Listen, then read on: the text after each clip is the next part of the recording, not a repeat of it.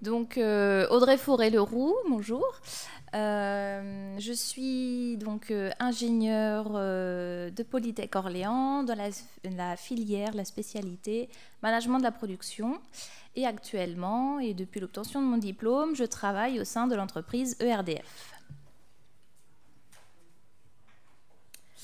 Donc, ma présentation va s'articuler dans un premier temps sur la présentation des activités de RDF et sur les équipes que je manage. Le deuxième temps, vraiment sur depuis ma formation jusqu'à mon emploi. Et puis on terminera avec des ouvertures un peu plus diverses. Connaissez-vous l'entreprise ERDF ? Certainement que vous connaissez sa grande sœur, le groupe EDF, et souvent on fait la confusion, donc ce slide est important. Le groupe EDF est constitué forcément de plusieurs filiales. EDF s'occupe des activités de production d'électricité, ainsi que de sa commercialisation, donc l'amont et l'aval. Entre la centrale et votre contrat de fournisseur, vous avez du transport électrique et de la distribution électrique. Voilà. Il faut savoir que les activités de commerce, enfin toute l'activité dans le domaine électrique est régulée, contrôlée. Et vous êtes tout à fait libre de choisir votre fournisseur d'électricité et cela n'entravera pas du tout le raccordement de votre branchement ou l'activité en tout cas de distribution au sein de RDF.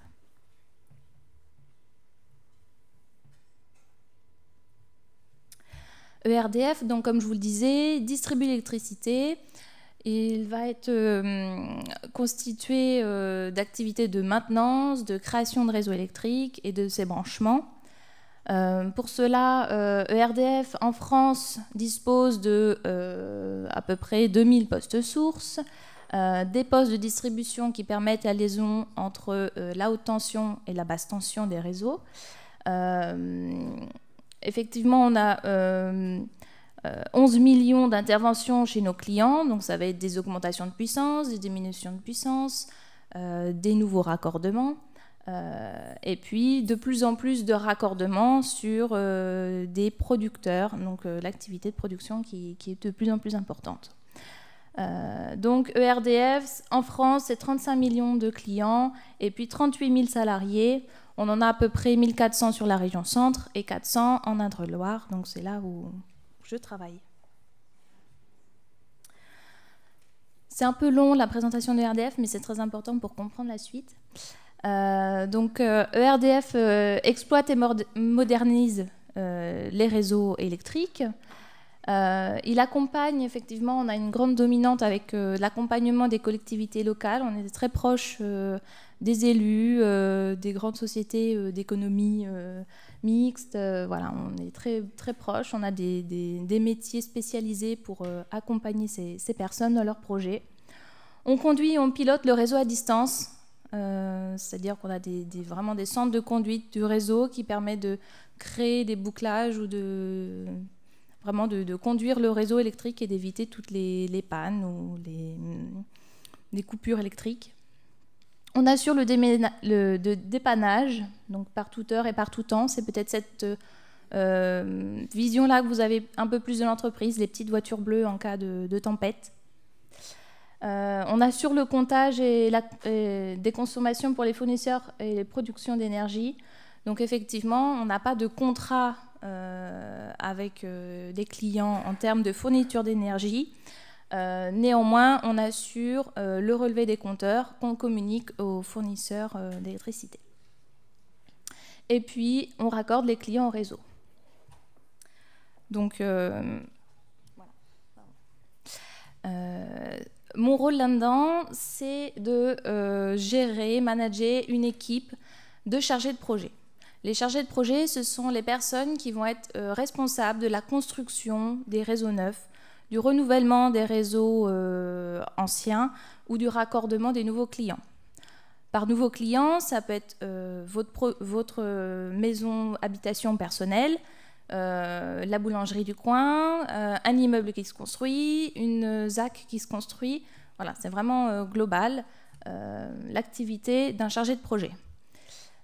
Donc, les chargés de projet, ce sont des maîtres d'œuvre des chantiers, donc ils construisent et renouvellent les réseaux, ils raccordent les nouveaux clients.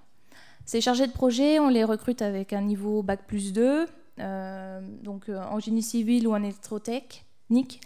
Donc effectivement, ce ne sont pas des personnes que vous avez en formation, donc sur des BTS ou des DUT, parfois avec de l'alternance. Leur métier est vraiment pluridisciplinaire. Voilà. Il a un aspect technique propre à l'électronique, à l'électricité, aux différents éléments techniques que l'on a sur le réseau électrique, donc les poteaux, les ancrages, les types de boîtiers de raccordement des clients. Il y a tout un aspect administratif, puisque effectivement, pour construire des réseaux électriques, on a besoin de déposer des permis de construire, d'avoir des autorisations, de respecter des décrets en termes des déclarations de travaux, des déclarations d'intention de commencement de travaux, et puis tout un aspect financier, puisque effectivement, c'est l'investissement total de l'entreprise dans des réseaux électriques, et donc c'est ce qui fait sa valeur financière et économique. Je voulais un petit peu susurrer, on a beaucoup de contacts et de relationnels avec tout type de clients. Donc ça va être nos clients qui peuvent être vous particuliers, la PME qui se construit, les lotisseurs, les aménageurs, mais ça peut être aussi nos prestataires travaux, les élus. Et puis effectivement on a de nombreux services internes qui permettent de mettre à jour notre cartographie, des bureaux d'études en interne qui permettent de vérifier la solidité de la construction de nos réseaux. Et donc c'était vraiment un métier pluridisciplinaire et puis très autonome. Et donc mon rôle, ça va être de manager ces 30 personnes qui construisent le réseau électrique sur l'Indre-et-Loire. Donc il y a 30 chargés de projet. Et mon métier, ça va être d'organiser, contrôler leurs activités, permettre leur montée en compétences. Donc c'est vraiment du management au quotidien. Et puis effectivement, grâce aux projets qu'ils réalisent toute l'année, on peut investir 11 millions à peu près d'euros par an sur le territoire de l'Indre-et-Loire.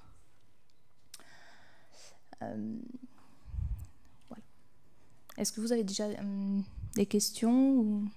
Je vais aller maintenant sur ma formation. Donc, je suis un pur produit de la région Centre. J'ai eu mon bac au lycée Ronsard à Vendôme. Ensuite, j'ai intégré le cycle préparatoire de Polytech Orléans. Et puis, j'ai voulu diversifier mon parcours. Donc je suis allée à l'IUT une année, j'étais très intéressée par les sciences mécaniques et je voulais vraiment conforter ce côté-là de mon parcours.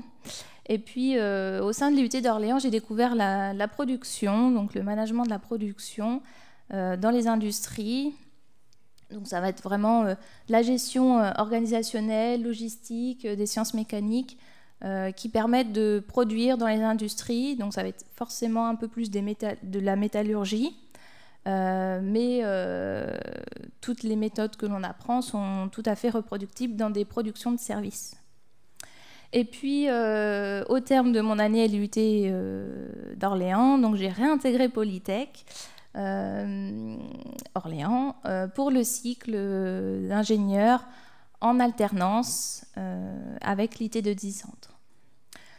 Cette formation s'articule un peu plus précisément sur les aspects de qualité, la sécurité dans les systèmes de production, donc dans les usines, les techniques organisationnelles, la réduction des MUDA, enfin des temps masqués, des temps perdus, des coûts perdus, voilà.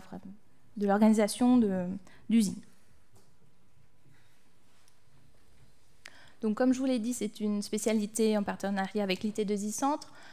Bien que l'on partage notre temps à 50% entre l'entreprise et la formation académique, on a tout autant d'heures de formation qu'un ingénieur en cycle classique sans alternance. Nos semaines sont donc un petit peu plus denses lorsque l'on est en formation, puisque à la fin de l'année scolaire, il faut qu'on ait réussi à suivre le même nombre d'heures. Donc cette formation forme des ingénieurs de terrain et on a une expérience professionnelle forte en corrélation avec le milieu industriel, puisqu'effectivement, on est la moitié du temps, pendant 3 ans, en entreprise. Donc les points forts, je les ai dit tout à l'heure, la gestion de projet, la mécanique, les aspects qualité, optimisation, management de process et d'équipe et l'industrialisation. Comment, grâce à ce diplôme, j'ai réussi à me faire embaucher au sein de RDF? Le premier pilier, c'était qu'effectivement, j'avais fait mon apprentissage au sein de cette entreprise. Néanmoins, l'embauche n'était pas du tout garantie et il a fallu vraiment montrer sa détermination, réussir à se vendre auprès d'une entreprise pour qu'elle ait vraiment une plus-value à nous embaucher par rapport à un autre ingénieur.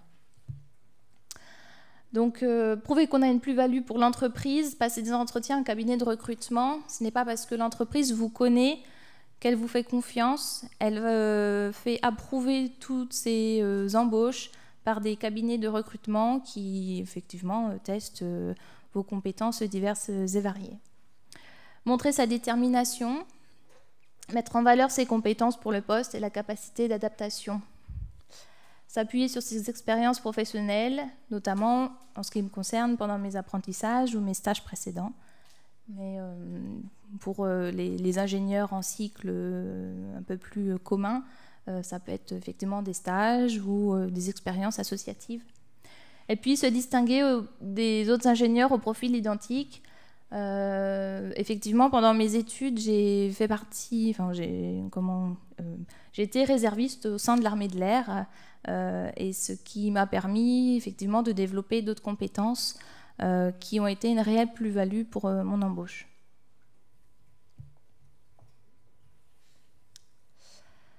Donc depuis l'embauche, j'ai eu mon diplôme en 2012. J'ai été, pour mon premier poste, assistante au chef de pôle, donc au sein du service ingénierie et travaux. Donc c'est le CIS dans le groupe dans lequel aujourd'hui je suis chef de pôle.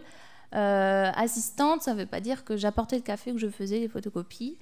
C'est le terme un peu interne pour dire deuxième adjoint ou voilà, deuxième adjoint.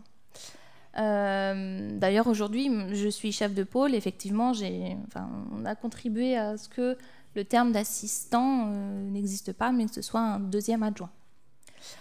Donc, dans ce poste, j'avais une dominante un peu plus financière, comptable, et puis une relation avec des partenaires à enjeu un peu plus que l'adjoint ou le chef de pôle. Donc, qu'est-ce qui m'a servi par rapport à mon cycle de formation? C'était mes capacités d'apprentissage et de compréhension, puisque la première année, c'est tout de suite de l'adaptation, comprendre le fonctionnement d'une entreprise. Plus sa taille est importante et plus elle a des fonctionnements internes qui lui sont propres. Mes notions de gestion, effectivement, pendant mon cursus, on apprend un peu à gérer des budgets. Donc là, c'était exactement ce qu'il fallait. Et puis, ma pédagogie, puisque c'était un premier pas vers du management.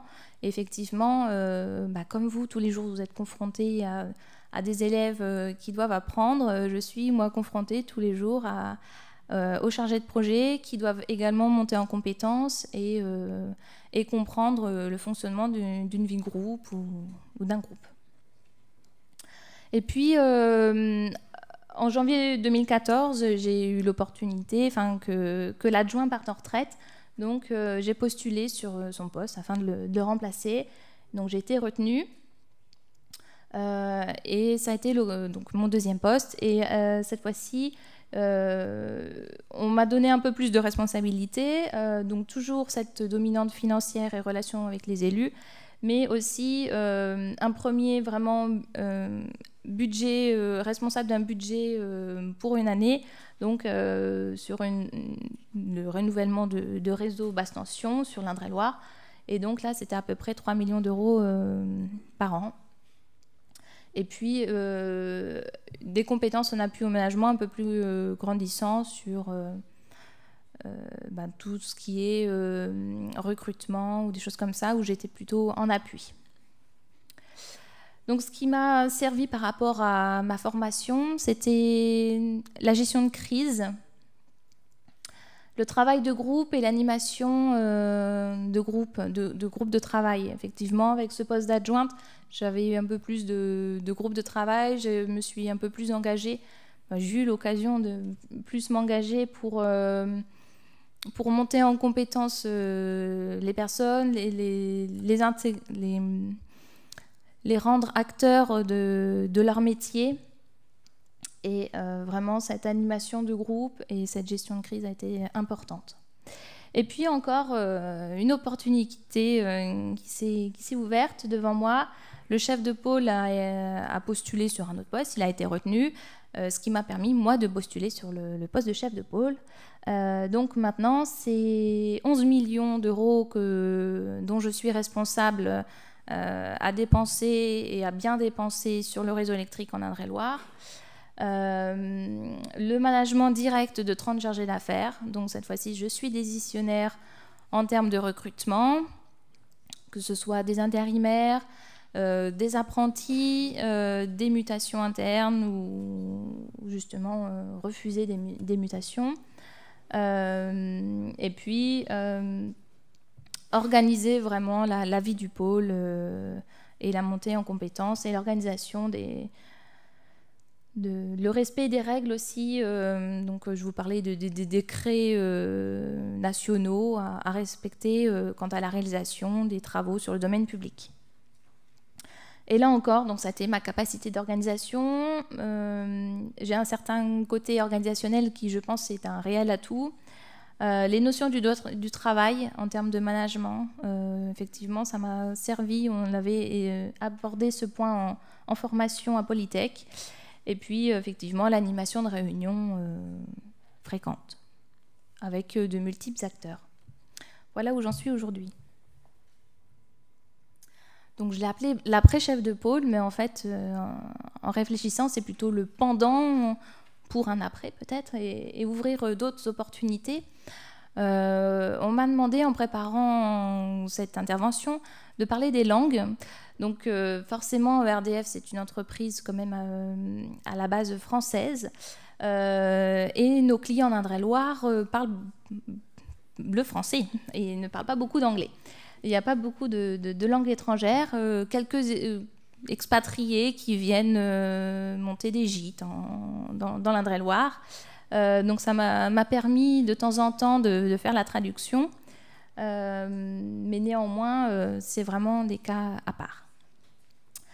Néanmoins, l'entreprise est intégrée donc dans un grand groupe et on a de nombreux sites intranets dans lesquels on peut consulter des documents en anglais, consulter un peu les missions qui se passent à l'étranger et se former et tester son niveau en anglais.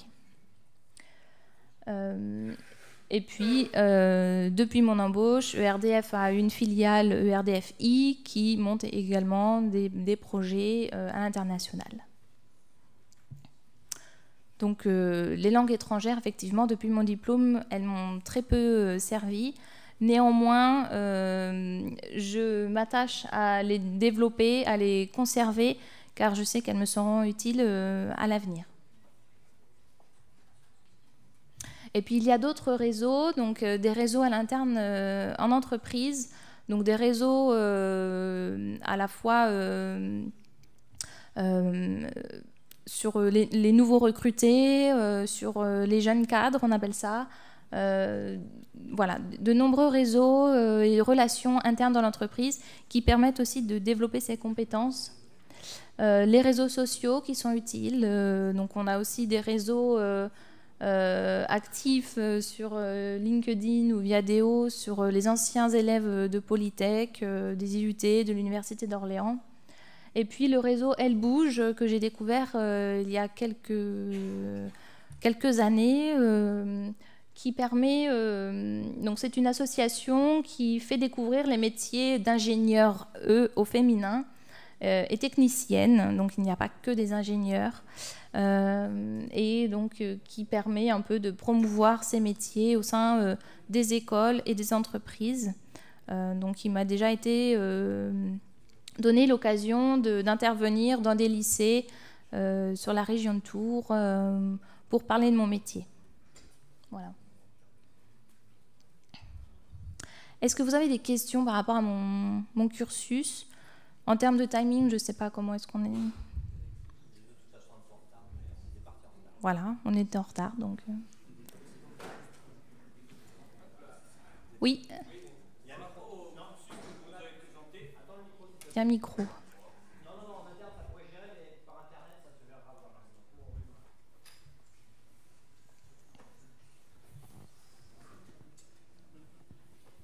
Oui, bonjour. Bonjour. Par rapport au cursus que vous nous avez présenté, quel était l'intérêt finalement de faire une école d'ingénieur par rapport à une école de commerce qui forme aux ressources humaines, au management, etc. Mon entreprise est très technique et mes notions de mécanique, d'électrotechnique me permettent de comprendre le fonctionnement du réseau électrique, des transformateurs, des implantations de poteaux qui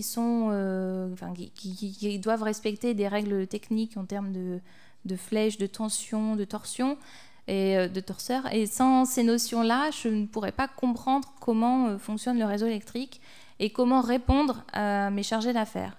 Donc mes chargés d'affaires sont vraiment les vrais professionnels du terrain et leurs connaissances techniques.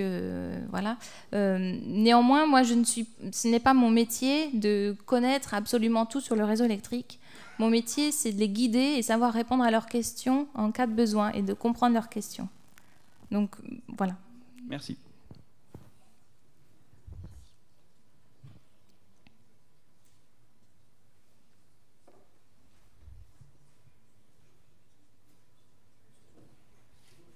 J'ai été très claire. Juste devant.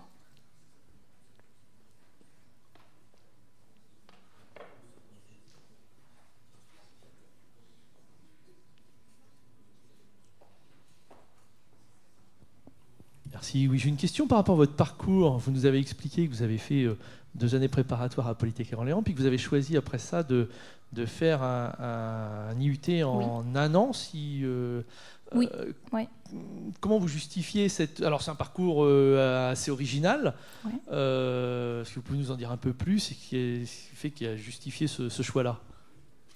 Donc, j'ai voulu intégrer Polytech en CIP car la mécanique m'intéressait énormément et c'était notamment la filière VSE qui m'intéressait. Donc, véhicules, système énergétique. Donc, voilà, les moteurs m'attiraient, voilà, la combustion, les moteurs. Et puis, au terme pendant mon cursus, je me suis rendu compte qu'une prépa, c'était très bien, mais ça ne donnait pas de diplôme. Et qu'en cas d'échec, pendant 5 ans, je partais sans diplôme. Et donc, j'ai voulu prendre un peu une année de césure pour m'assurer un bac+2, confirmer mon goût pour la mécanique et un peu comme certains partent à l'étranger 1 an ou décident de faire de l'humanitaire. Moi, j'ai souhaité aller au sein de l'IUT pour confirmer ma mécanique.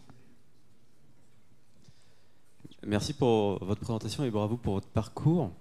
Je rebondis sur une question suite à ce qui est actuellement projeté à l'écran, Elle Bouge, puisqu'il se trouve que l'UPSTI, notre association, est membre du conseil d'administration d'Elle Bouge. Ah bon, voilà, donc nous connaissons parfaitement cette association. D'ailleurs, avec elle, nous organisons le plus gros événement de valorisation des sciences pour les jeunes filles lycéennes, chaque année. Voilà. Ma question est la suivante. À votre avis, que faut-il faire pour attirer plus de filles dans les formations d'ingénieurs?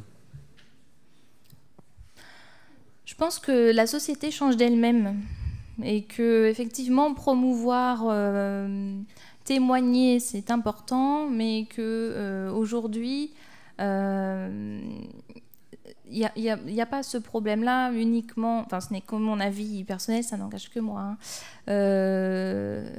Le monde de lui-même change et les femmes ont de plus envie d'être actrices ou de leur carrière, mais au moins de leur parcours. Autrefois, enfin, des présentatrices de JT, il y en avait peu, ne serait-ce que dans les médias, enfin, ou les séries que l'on peut voir, les films, il n'y avait pas de super-héros féminins. Aujourd'hui, oui. Donc je pense que ne serait-ce que toutes petites, les femmes déjà vont avoir envie de s'intégrer, d'être actrices, d'avoir un rôle qui n'est plus cantonné à être à la maison ou d'avoir un métier purement féminin à la base. Les jouets pour filles ou pour hommes, ça n'existe plus. Enfin, voilà, ça existe, mais les choses changent d'elles-mêmes et les témoignages permettent de changer sur les générations un peu plus grandes.